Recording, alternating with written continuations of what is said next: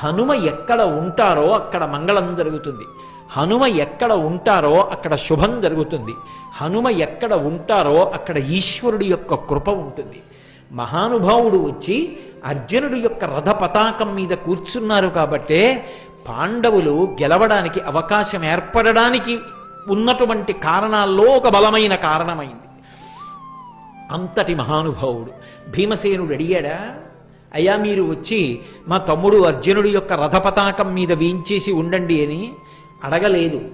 అడిగాడా మీరు మా శత్రువుల్ని పరిమార్చండి అని అడగలేదు. అడగకుండా నేను వచ్చి అర్జునుడి యొక్క రథపతాకం మీద కూర్చుంటాను అన్నారు.